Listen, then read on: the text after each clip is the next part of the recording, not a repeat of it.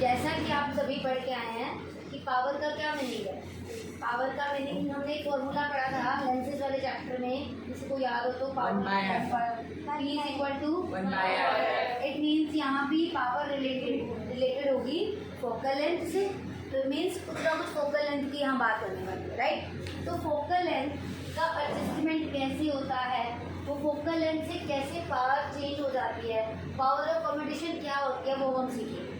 तो मैंने कल आपको बताया था कि ये मार्कर अगर ये नियर पॉइंट पे है, दिस इज अ 25 सेंटीमीटर की डिस्टेंस होगी, यहाँ पे मुझे इजीली दिख रहा है। बट अगर मैं इस मार्कर को यहाँ पे लाकर देखूँ तो मुझे दिख तो तब भी रहा है, इसको बहुत दूर ले जाऊँ तब भी ये मेरे को दिख रहा है। बट फिर भी हमने ये कहा कि हमारा नियर पॉइंट 25 है और हमारा फार पॉइंट क्या हो जाता है, इन्फिनिटी क्यों हो जाता है। रीज़न इज़ दैट कि कभी भी आपके पेरेंट्स आपको पढ़ते हुए ये बोलते हैं कि इतना पास, इतना झुक कर मत बैठो, ऐसे मत पढ़ो बुक को रखकर, क्योंकि उनको पता है या तुम्हें भी पता है कि आँखों पे स्ट्रेस आता है, स्ट्रेन आता है ना, दबाव सा पड़ता है, इसको स्ट्रेन बोलेंगे, स्ट्रेस बोल सकते हो। तो वो कैसे होता है वो भी हम इस 10th लेवल में इस चैप्टर में सीखेंगे। पावर ऑफ अकोमोडेशन, कैसे आईज में स्ट्रेस कैसे बनता है। तो जब हम किसी नियर ऑब्जेक्ट को देखते हैं, दो कंडीशन बताने वाली मैं यहाँ पर। नियर ऑब्जेक्ट होगा तो आपकी आईज में क्या चेंजेस होते हैं, और फार ऑब्जेक्ट को अगर आप सीन करते हैं तो आपकी आईज में क्या चेंजेस होते हैं। फिर आप खुद ऑब्जर्व करके खुद ही बताओगे कि मेरे को ऐसे क्यों नहीं पढ़ना चाहिए या बहुत दूर रखकर क्यों नहीं पढ़ना चाहिए। 25 सेंटीमीटर की ही डिस्टेंस वो परफेक्ट डिस्टेंस है जहाँ पर आईज को बिना स्ट्रेन के इजीली कंफर्ट लेवल फील होता है, वो इजीली पढ़ पाती है किसी चीज़ को, राइट। तो वो क्या है, पहले हम नियर और फार पॉइंट से डिस्कशन करते हैं कि कोई चीज़ अगर नियर पॉइंट पे है तो आईज पे कैसा इफेक्ट आता है, कैसे उसके अंदर चेंजेस होते हैं, ठीक है। तो दो सिचुएशन यहाँ पे हम डील करेंगे, कौन कौन सी। एक तो नियर ऑब्जेक्ट, एक पास रखा हुआ है, एक है फार ऑब्जेक्ट, क्लियर। कौन कौन सी दो सिचुएशन है पावर ऑफ अकोमोडेशन में आप सीखने वाले हैं। Power of accommodation means basically होता है कि आईज के अंदर जो लेंस था वो अपनी फोकल लेंथ को इस तरीके से एडजस्ट करेगा with the help of ciliary muscles, जिसने लेंस को होल्ड करके रखा हुआ है। कल मैंने आपको बताया था kind of this, like this, कि इस तरीके से ये है सिलरी मसल्स, ये सपोज है मेरा हाथ है सिलरी मसल्स, और ये है मेरे कुछ सस्पेंसरी पिगामेंट्स कह सकते हो, मतलब जो उसको पकड़ के रखे हुए हैं, ठीक है, सस्पेंडेड करे हुए हैं, जिसने पकड़ा हुआ है, ठीक है। तो आपको अगर ज़्यादा नया लिखा जाए सिंपल लिख सकते हो, this ciliary muscles hold this lens, उसने इसको पकड़े हुआ है ऐसे अच्छे से। एक तो इसकी पोजीशन को भैया कहीं इधर उधर ना फ्लोट कर जाए, क्योंकि इधर भी लिक्विड है, लेंस के आपने कल देखा था, और लेंस के आगे भी लिक्विड है।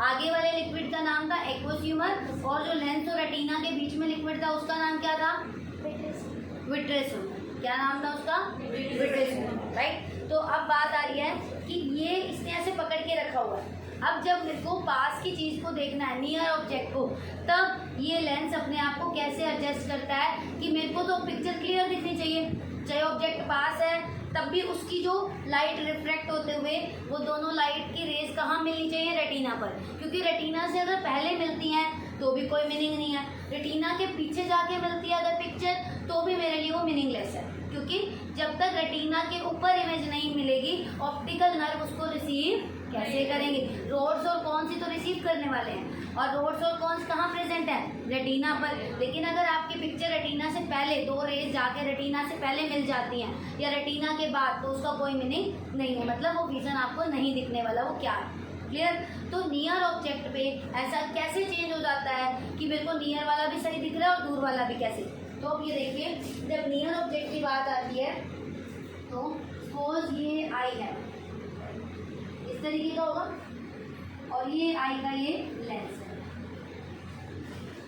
This is hold by the ciliary muscles, और ये इस तरीके से होता हुआ यहाँ पे वही ये रेटिना वाला पार्ट हो गया जहाँ पे पिक्चर बनने वाली है, ठीक है।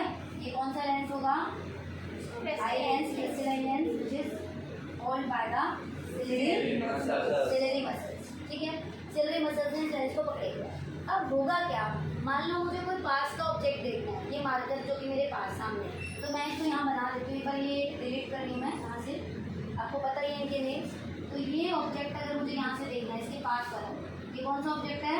नियर। इसके पास ये सामने है, तो नियर ऑब्जेक्ट को जब मेरे को देखना होगा तो ये मसल्स क्या हो जाती हैं, इधर देखिए, ये नियर ऑब्जेक्ट को जब मुझे देखना है तो ये क्या था? लेंस।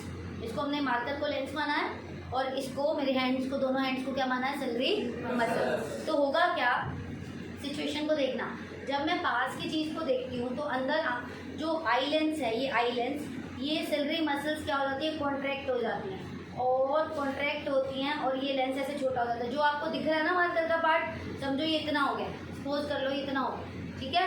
तो क्या हुआ, ये मसल्स क्या हो गई? कॉन्ट्रैक्ट। ये दोनों मसल्स क्या हो गई? कॉन्ट्रैक्ट हुई और इसने इसको ऐसे दबा दिया, दबा के ऐसे छोटा कर दिया, क्योंकि पास की चीज़ को देखना था। फिर से जैसे ही मेरे को नियर ऑब्जेक्ट को देखना है, नियर ऑब्जेक्ट को देखने के लिए ये सेलेरी मसल्स अपने आप को क्या करेंगी? कॉन्ट्रैक्ट। और लेंस क्या करेगा? अपने आप को छोटा। पास की चीज़ को देखना है तो छोटा करेगा। छोटा करने का मतलब क्या? छोटा होगा तो मोटा भी दिखेगा लेंस। अगर लेंस ऐसे था पहले लंबा, ठीक है, अब मैंने इसको दबा दिया, सपोज इसी को ही दबा रहे हैं, इमेजिन कर लिया आपने कि जब मैंने इसको दबाया तो दबाने पर ये छोटा रह गया, सिर्फ इतना पार्ट दिख रहा है, जो दिख रहा है सामने से, ठीक है। तो इतना पार्ट दिख रहा है, तो इसका मतलब अब इसकी थिकनेस भी क्या होगी? बढ़ गई होगी, क्योंकि लेंस तो भैया उसी को ही तो दबाया है, तो मोटा दिख रहा होगा। तो यानी इसको मैं ऐसे कह सकती हूँ कि ये ऐसा दिख रहा होगा, गोल सी शेप है, थोड़ा सा ऐसा दिख रहा होगा। अगर ये ऐसा दिखेगा, अगर ये लेंस ऐसा हो जाएगा तो यहाँ पे इसका कर्वेचर क्या बोल रहे हैं? कर्वेचर क्या हुआ? चेंज। कर्वेचर चेंज हुआ मतलब इसकी जो ये छोटा हो गया, लेंस कैसा हो गया? छोटा। अगर छोटा होगा तो फोकल लेंथ बताओ कम होगी या ज़्यादा? और अगर मैं यहाँ पे आपको छोटा सा, हम यहाँ पे कैलकुलेशन कर लेते हैं, ये एक लेंस है, एक ये लेंस, ठीक है। इन दोनों लेंस में से किसकी फोकल लेंथ ज़्यादा होगी? बता सकते हैं कोई? फर्स्ट वाले की या सेकेंड वाले की?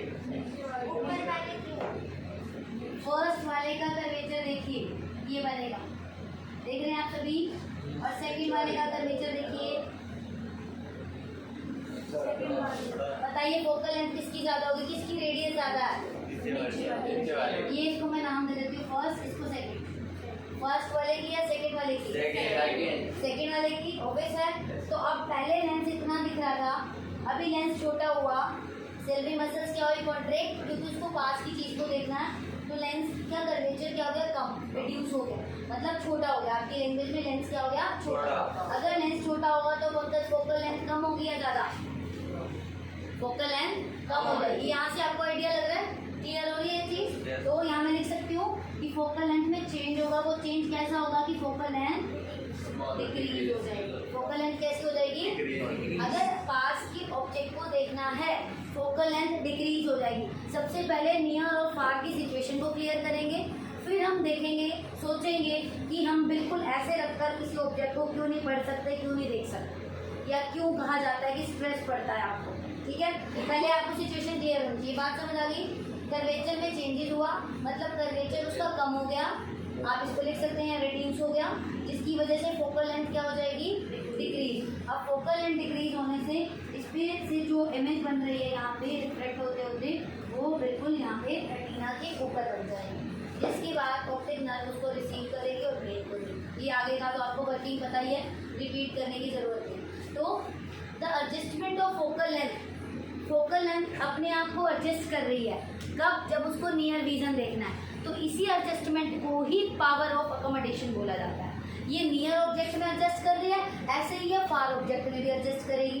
फार में देखते हैं कैसे सिचुएशन रहेगी। अब फार में, अब जब दूर की चीज़ को देखना है, फिर से ये बनाया हमने आई लेंस, कुछ आई बॉल हुआ, ये ऐसे सेलेरी मसल्स ने इसको होल्ड करके रखा हुआ है, और ये ऑप्टिक नर्व यहाँ से होता हुआ ऐसे जाएगा। तो मैं लेबल नहीं कर रही यहाँ पे सब, ठीक है। अब मान लो बहुत दूर रखा हुआ ये ऑब्जेक्ट है, कौन सा ऑब्जेक्ट है? फार लिख लेते हैं, फार समझ में आएगा। बहुत ऑब्जेक्ट बहुत दूर है, अगर उस दूर वाले ऑब्जेक्ट को देख रहा है, फिर से अब क्या होना चाहिए? जैसे ही कोई दूर की चीज़ देखनी होती है, अब ये सेलेरी मसल्स अपने आप को रिलैक्स कर लेंगी। ये सेलेरी मसल्स अपने आप को क्या कर लेंगी? रिलैक्स करेंगी। लेंस का साइज कैसा दिख रहा है आपको? बड़ा हो गया। लेंस कैसा दिख रहा है आपको? बड़ा। अगर लेंस बड़ा होगा तो थिन होगा, क्योंकि लेंस तो भैया उसी को खींच रहे हैं। This lens is flexible, it is made up of that material which provided elasticity. ये ऐसे मटेरियल का बना है जो इसको इलास्टिसिटी प्रोवाइड करता है, मतलब ये छोटा बड़ा हो सकता है, जैसे एक रबड़ बैंड होता है उसकी तरह, ठीक है। तो होगा क्या कि इसने अपने आप को दूर की चीज़ों को देखना है, तो इसने क्या किया, अपने आप को सिलेरी मसल्स ने रिलैक्स किया ताकि ये अपने आप को बड़ा कर सके, क्योंकि बड़ा करेगा तो फोकल लेंथ ज़्यादा होगी तो ज़्यादा दूर तक देख पाएगा। फिर से दूर का देखना है तो बड़ा करना है, बड़ा करना है तो मसल्स क्या करेंगे, अपने आप को रिलैक्स करेंगे, ठीक है। अब यहाँ पे क्या होगा, फिर से दूर के ऑब्जेक्ट को देखने के लिए यहाँ से फिर से रेज आ रही हैं और वो जाके रेटिना पर इमेज बना देगी। इमेज की फॉर्मेशन रेटिना पर हो जाएगी, रेटिना से फिर आपको पता रिसीव कर होगा क्या क्या क्या चेंजेस देखिए।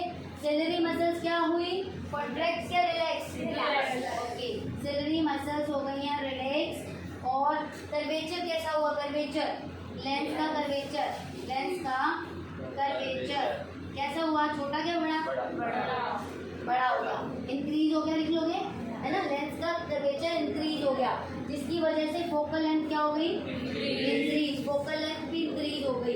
तो ये आपने कहा कि जब दूर की ऑब्जेक्ट को देखना था तो लेंस, ये सिलेरी मसल्स, फिर से दूर के ऑब्जेक्ट को देखना था तो सिलेरी मसल्स रिलैक्स हो गई, फोकल लेंथ बड़ा हो गया, लेंस थिन हो गया।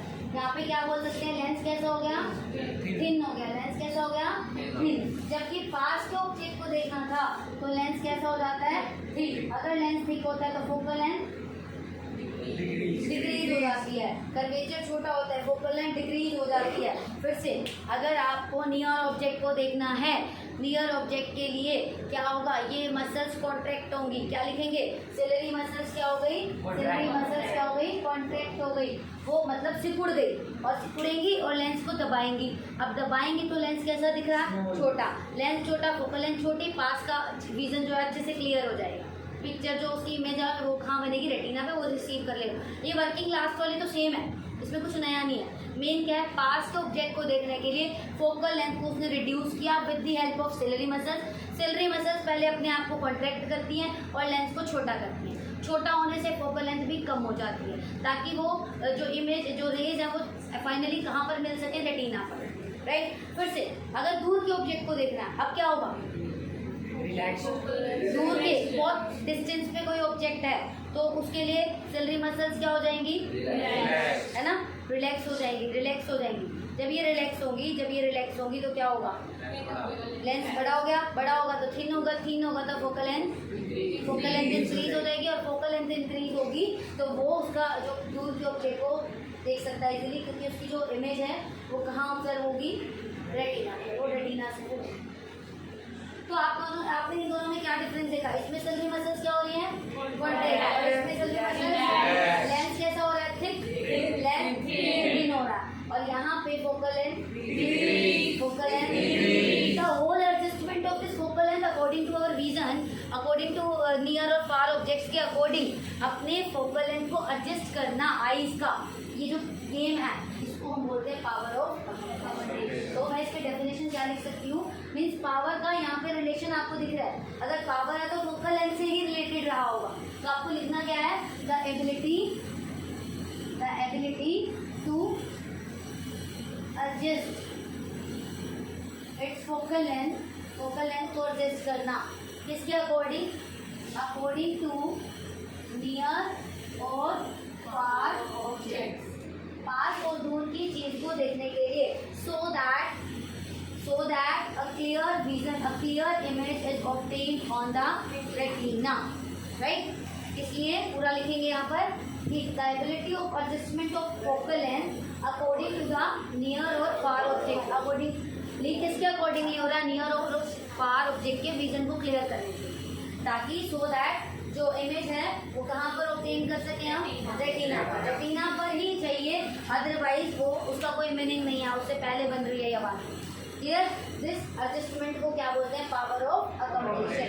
With respect to age this accommodation will reduce, मतलब कहने का है जब हम बूढ़े हो जाएंगे तो हमारी मसल्स वीक हो जाएंगी, बेचारी सारा टाइम देखो क्या कर रही हैं, कॉन्ट्रैक्ट रिलैक्स कर करके थक चुकी हैं, कितना कुछ देख रहे हैं हम, पास की चीज़ें दूर की चीज़ें एक साथ देख रहे हैं, कितनी बार कॉन्ट्रैक्ट रिलैक्स हो रही है ना, सब कुछ दिखाने के लिए। तो ये काम करते करते ओल्ड एज में आते आते थोड़ी सी थक जाती हैं, और थकने पर क्या होता है, लेंस की जो फ्लेक्सिबिलिटी है वो क्या हो जाएगी, कम। फोकल लेंथ कम ज़्यादा नहीं हो सकती। अगर फोकल लेंथ कम ज़्यादा नहीं हो सकती तो ओल्ड एज में आपने देखा है, मोस्ट ऑफ द टाइम्स आपने देखा होगा कि स्पेक्स लगता ही लगता है ना, क्योंकि उसकी फोकल लेंथ एडजस्ट नहीं हो पा रही, तो इसलिए उसको एक स्पेक्स लगता है। वो भी ओल्ड एज में कौन सा, जिसमें ना तो उसको नियर का क्लियर होता है ना ही फार का, इसलिए एक स्पेक्स के अंदर 2 लेंस लगते हैं, वो हम डिफेक्ट्स में क्लियर करेंगे। ठीक है, डिस्कस करेंगे। तो ये क्लियर है पावर ऑफ कॉम्बिनेशन सबको, कोई डाउट तो नहीं है इसमें? ओके, तो फिर से हाँ, एक मिनट हम